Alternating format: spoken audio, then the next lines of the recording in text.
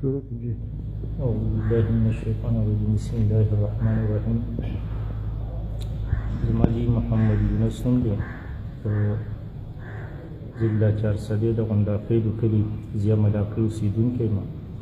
زما خپل ځاني دیوبند علماو د دوی سره ډېر زیات مینه او محبت دی.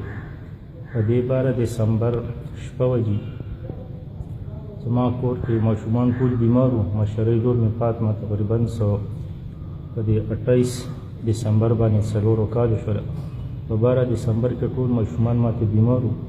د شپې 2 بجې وې زه راپاڅېدم. لور مې ډېره سخته تبه وه. هغې ته مې دوۍ ورکړله.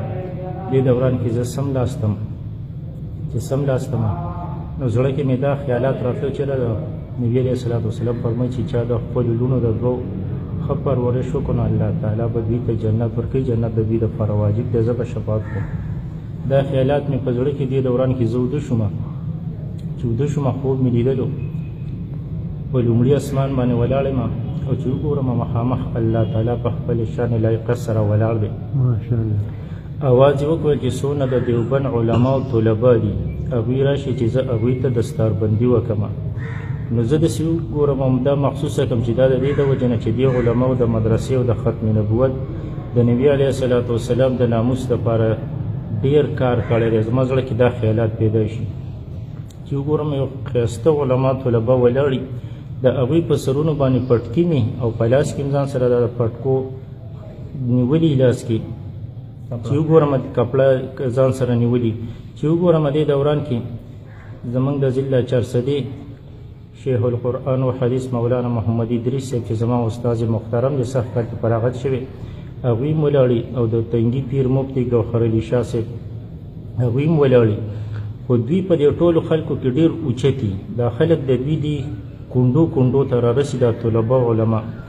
دې کې ادریس شیخ صاحب الله تعالی خواته راشي او په سر باندې خپل پټکې مې او الله تعالی ورته د دقه پټکي د پاسه پټکې ووهي چې دې کې وګورم د الله تعالی د یو طرف ته مولانا فضل الرحمن صاحب ولاړ. الله تعالی مولانا فضل الرحمن صاحب ته وفرمایي وی مولانا صاحب وی تاسو هم ورته د برکت دپاره د لاسونه په دې سر باندې دی په دې پټکي باندې چې دا برکتي شي. دې کې ادریس شیخ صاحب ته چې الله تعالی پټکې وي نو دوی د مولانا فضل الرحمن صاحب خواله راشي هغوی ورته په لاس کېږي چې بیا وګورم نو پیر مفتي ګوهر علي شاه صاحب دین د الله تعالی خواته راشي او الله تعالی ورته دستاربندي کوي. دې دوران کې زه راپاڅېدم چې ګاړۍ مې وکتله نو په باندې 2 بجې وې. دا خوب ما دقه شانته ښایسته خوب سیکو خو چونکې ما ته وخت نه میلاو شو چې زه ادریس شیخ صاحب خواته لاړ شم یا مفتي صاحب خواته. نن د مفتي صاحب خواته رالم نو زما داسې ډېر شوق دی شي نو دغه سره نه دی چې زه ځان مشهور کړم. خو هغوی راته وویل چې تاسو موږ ته دا ریکارډینګ په خوب دا ریکارډینګ موږ ته ووایي. نو ما هغوی ته وویل الله تعالی دی زموږ د ټول د دیوبند د علماو دپاره دا خوب د خیر او د برکت ذریعه وګرځوي.